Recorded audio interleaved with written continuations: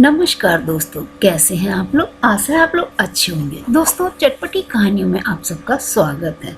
दोस्तों, आज हम उम्मीद के बीच का दूसरा और अंतिम भाग लेकर आए हैं। हाय, कैसे हैं आप। सही हो ना। आपको दिन भर में कई मैसेज आते होंगे, तो क्या आप सबको जवाब दें। इस बार जवाब जल्दी आया था। लिखा था, मैं ही हूँ और कोशिश यही रहती है कि सबको जवाब दे सकूं। ओके, वैसे क्या आप सभी चांद देख सकते हैं। वानी ने पूछा। हाँ, खिड़की से दिख तो रहा है। वैसे चांद क्यों, कुछ खास है आज। शिव ने कहा। नहीं, खास नहीं है, बस मुझे आदत है रोज रात डिनर के बाद कॉफ़ी पीते हुए चांद देखने की, तो सोचा आपसे भी पूछ लूँ।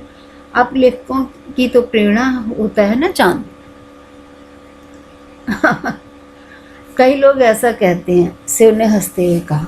कुछ और भी सवाल किए थे वानी ने उस रात, जिसके जवाब शिव ने दिए थे।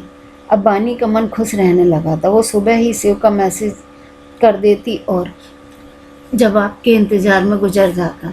देर से ही सही, पर शिव के जवाब आते। इंतज़ार इतना खूबसूरत हो सकता है, वानी को आज पता चला था। जून का महीना था। शिव को मैसेज करते वानी को महीने भर से ज़्यादा बीत गए थे। खुद को अकेला पाते ही वानी ने खोल दी थी शिव की फेसबुक प्रोफाइल। शिव ने अपने बुक लॉन्च का प्लान डाल रखा था। 13 जून भोपाल, 15 जून दिल्ली। 15 जून तो आज है, यानी कि शिव दिल्ली में है।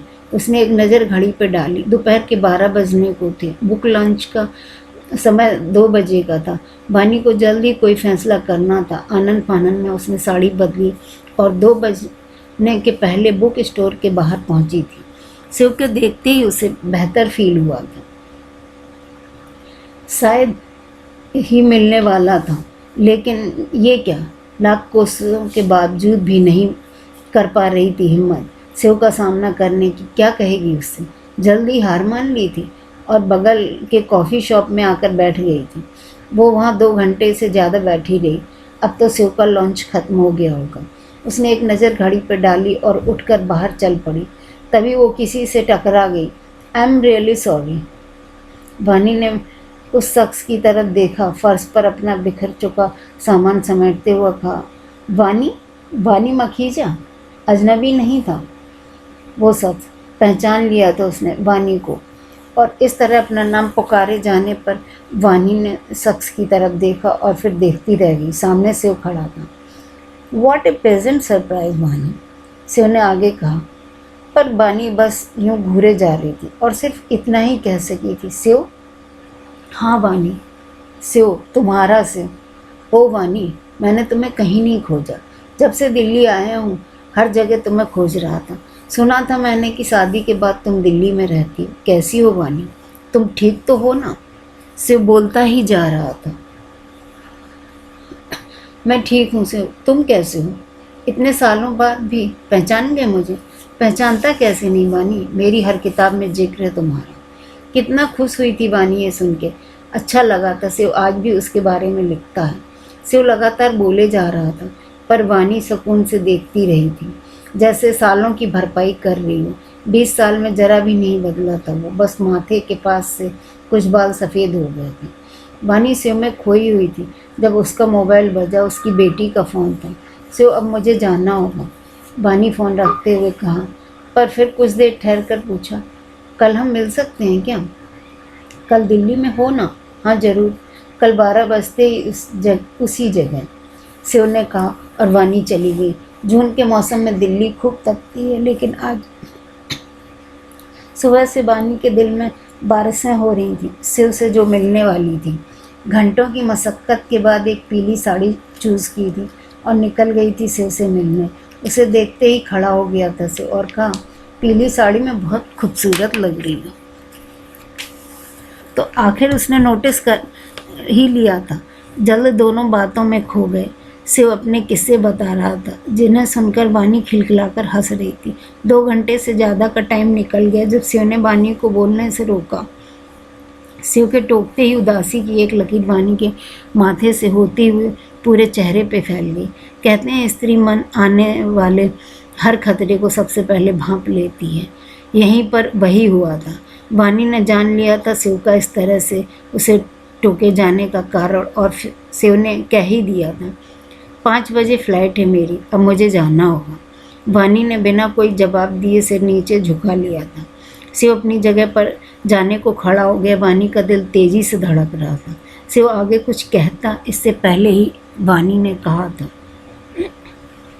शिव तुम्हारे जाने से पहले मैं आखिरी बात तुमसे कहना चाहती हूँ। जानते हो क्या, कल मैं एक अनजाने से इस कॉफ़ी शॉप में नहीं आई थी, बल्कि मैं जानती थी कि तुम दिल्ली में हो और यहाँ जानबूझकर आई थी ताकि तुम्हें देख सकूं, फिर तुम्हारा सामना करने की हिम्मत न हो सकी। मुझे लगा था शायद तुम मुझे भूल चुकी हो। ऐसा नहीं है वानी, तुम भी तो मुझे नहीं भूली। आज भी मैसेज करती हो, हाँ वो अलग बात है, किसी और नाम से। मैं जानता हूँ वानी कि वो उम्मीद का बीज तुम ही हो। पहले दिन से जानता हूँ तुम्हारे सिवा और कौन डिनर के बाद चांद देखते हुए कॉफ़ी पीता है। तुमने फ़ोटो में चेहरा छुपा लिया था, लेकिन सुंदर गर्दन पर बने वो 3 स्टार मैं आज भी पहचान सकता हूँ। ज़िंदगी हमें चाहे जिस मोड़ पर ले जाए, पर हमेशा हम दोस्त रहेंगे। कहकर शिव ने अपनी उंगलियां वानी की उंगलियों में फंसा ली थी। वानी कुछ देर खामोश रही और फिर उठकर शिव के गले लग गई और उसे देर तक शिव की बाहों में लगाए रखा। वानी से अलग होते ही शिव निकल गया था एयरपोर्ट के लिए। आहिस्ता आहिस्ता ज़िंदगी बीतती रही। शिव और वानी दोबारा कभी मिल ना सके। उनका प्यार कभी भी फेसबुक से निकलकर व्हाट्सएप या मोबाइल नंबर तक नहीं पहुंचा। हमेशा अपने बिजनेस में और भी ज़्यादा व्यस्त रहने लगे। वानी की बेटी एक बड़ी क्रिमिनल लॉयर बन चुकी थी। वानी आज भी शिव को फेसबुक पर मैसेज करती और फिर सारा दिन जवाब के इंतज़ार में निकाल देती। वो शिव की लिखी हर किताब पर सबसे पहले पढ़ती है, उसके सारे इंटरव्यूज़ रिमाइंडर्स कर देखती है। डिनर के बाद चांद देखना वो आज भी नहीं भूली।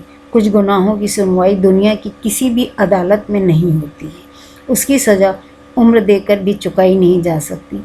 शिव और वानी दोनों खामोशी से अपनी अपनी सज़ा काट रहे थे। दोस्तों, आप लोगों को यह कहानी कैसी लगी? अगर आप लोग मेरे चैनल पे नए हैं तो प्लीज़ लाइक कीजिए, सब्सक्राइब कीजिए और चटपटी कहानियों को सपोर्ट कीजिए। दोस्तों, ऐसे ही अच्छी अच्छी कहानियाँ हम आपके लिए लाते रहेंगे। प्लीज़ एक लाइक बनता है।